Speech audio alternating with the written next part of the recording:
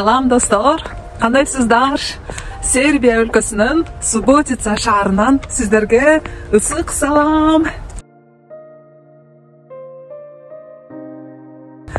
Биринчи кезекте ар дайымдагыдай эле сиздерге чоң ыраазычылык. Себеби менин YouTube каналым аябай сонун ийгиликтер болуп жатат. 1000 подписчиктен ашык болду. Тек кана просмотрга умтулуп жатам. Азыр просмотр жакшы болсо YouTube канал менен кызматташып баштаймын. Бирок бүгүн видеом бир айымдын суроосу боюнча өткөнкү видеого суроосун жазып кетиптир. Айпер айым, сизге чоң рахмат ушундай сурооңуз үчүн. Анткени буга чейин мен дайыма кандай видео чыгарсам деген ойдо жүрчү элем. Азыр болсо сиздердин суроолоруңузга жооп катары ушундай видеолорду чыгарып жатамын. Абдан кубанычтамын. Чоң рахмат. Аны эмесе темабызды баштайлы. Андыктан бүгүнкү темабыз жалкоолук. Жалкоолук деген эмне жана жалкоолукту кантип жеңсе болот? Кызыктуусу, жалкоолук бул негизи анын дагы себептери бар экен да. Биз жалкоолук деген жаман сапат катары көргөндүктөн ар дайым нааразы болобуз ошол жалкоолукка. Бирок биз жалкоолук жөнүндө көбүрөөк маалымат алсак, анда бизге көп нерсе түшүнүктүү боло баштайт. Көбүн эсе жалкоолук бул эмне жетишпегендиктен болот. Биринчиден максаты туура эмес болсо, экинчиден эрк күч кубаты жетишпесе, үчүнчүдөн кызыгуу каалоо жок болсо, ошондуктан жалкоолук пайда болот. Мисалы позитивный психологияда жалкоолуктун аркасында эки себеп бар деп түшүндүрүлөт. Биринчи себеби мисалы коркунуч. Орусча страх провала деп коет. Кулап калуудан коркунуч. Экинчи себеби болсо, бул ийгиликтүү болуп кетиштен коркунуч. Страх успеха деп аталат. Баардыгы эле ийгиликти көтөрө албайт имиш. Ошондуктан жалкоолук бар экен. Жалкоолуктун аркасынан да прокрастинация келет. Прокрастинация бул ишти ар дайым эртеңкиге жылдыруу. Эртең кылам деп такыр кылбай койсок, ошону дагы прокрастинация деп коет. Ошон үчүн жалкоолук менен прокрастинация абдан дос имиш. Ошондуктан бизге негизи ушундай учурларда коуч, психологдордун жардамы чоң. Ошондуктан сессияга келиңиздер, жазылыңыздар. Сиздердин кайсыл себептерден улам жалкоо болуп жатканыңызды себебин тапканга, жардам бергенге менде сонун мүмкүнчүлүк бар. Бул жакта комментарийге жазыңыз, же болбосо WhatsApp'ка же Telegram'га жазыңыз. Мен кубанычта болом сизге жардам бергени. Анда эмесе жалкоолукту кантип жеңсек болот? Бир нече кадамдар менен сиздер менен бөлүшүп кетейин. Жалкоолукту жеңүү үчүн ошол кадамдарды жасап көрүңүз. Албетте сиз өзүңүз аракет кылып көрсөңүз берекетин көрөсүз. Эгер кыйын болуп жатса, анда дагы деле айта кетчүмүн, коуч катары мен сизге жардам бере аламын деп. Анда эмесе биринчи кадам, биринчи кезекте максатыңыз так болсун. Так даана. Сиз эмнеге умтулуп жатасыз? Каяка умтулуп жатасыз? Сиздин максатыңыз эмне? Деги эле максатыңыз барбы? Максатыңыз бар болсо, канчалык ал чоң, кичине, орто жана ага жетүү үчүн эмнелерди пландаштырып койдуңуз. Демек, максатты ошентип текшергенден кийин, анан сиз аны майда барат максаттарга бөлүшүңүз керек. Майда барат максаттарга бөлгөндө гана сиз ошол максатты ишке ашыра аласыз.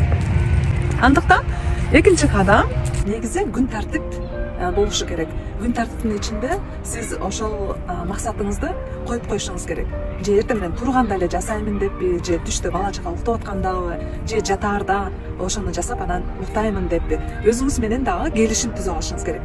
Ошондо гана сиз ошол максаттарды аткарууга дилгир болосуз. Ошондо гана жалкоолуктан арыласыз. Себеби бир мисал келтирейин.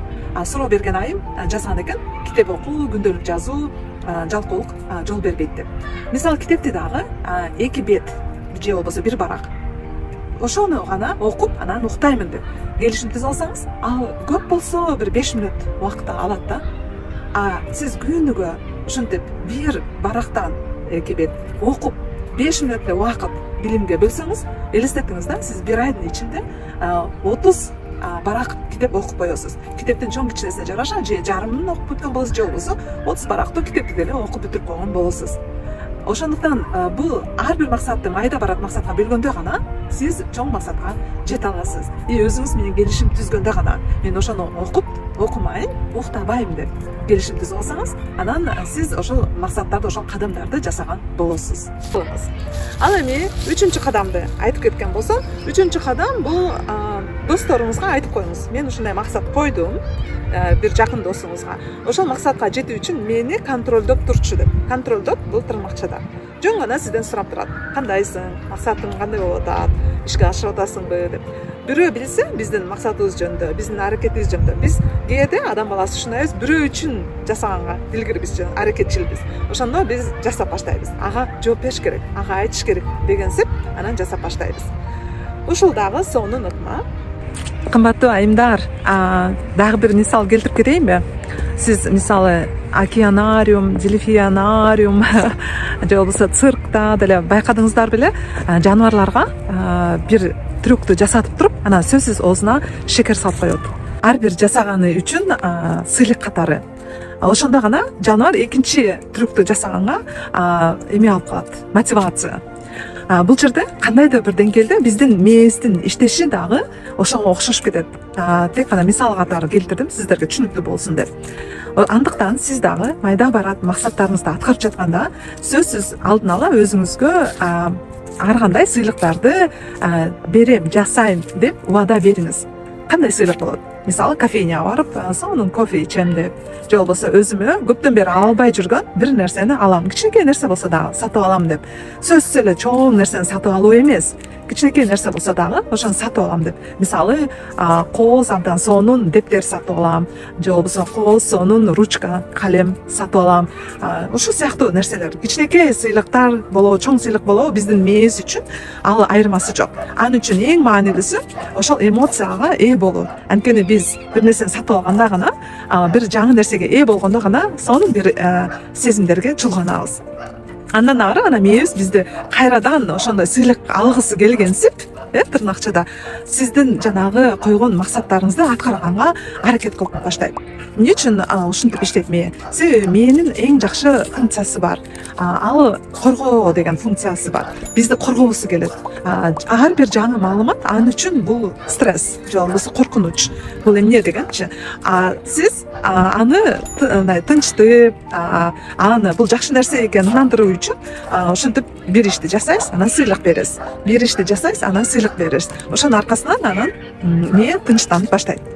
Негизи бул жака кымтып коем, дагы бир видео бар. Сонун видео. Ушул видеону көргөндөн кийин сөзсүз ошол видеону көрүңүз. Уландысы катары бул видеону. Анан сизге мындай толук маалымат алган сыяктуу болосуз. Анда эмесе, айымдар жана мырзалар, сиздерге чоң рахмат ушундай суроолоруңузга. Мен да кубанычтамын. Сиздер мага мотивация берип атасыз. Дагы да көптөгөн видеолорду чыгарганы.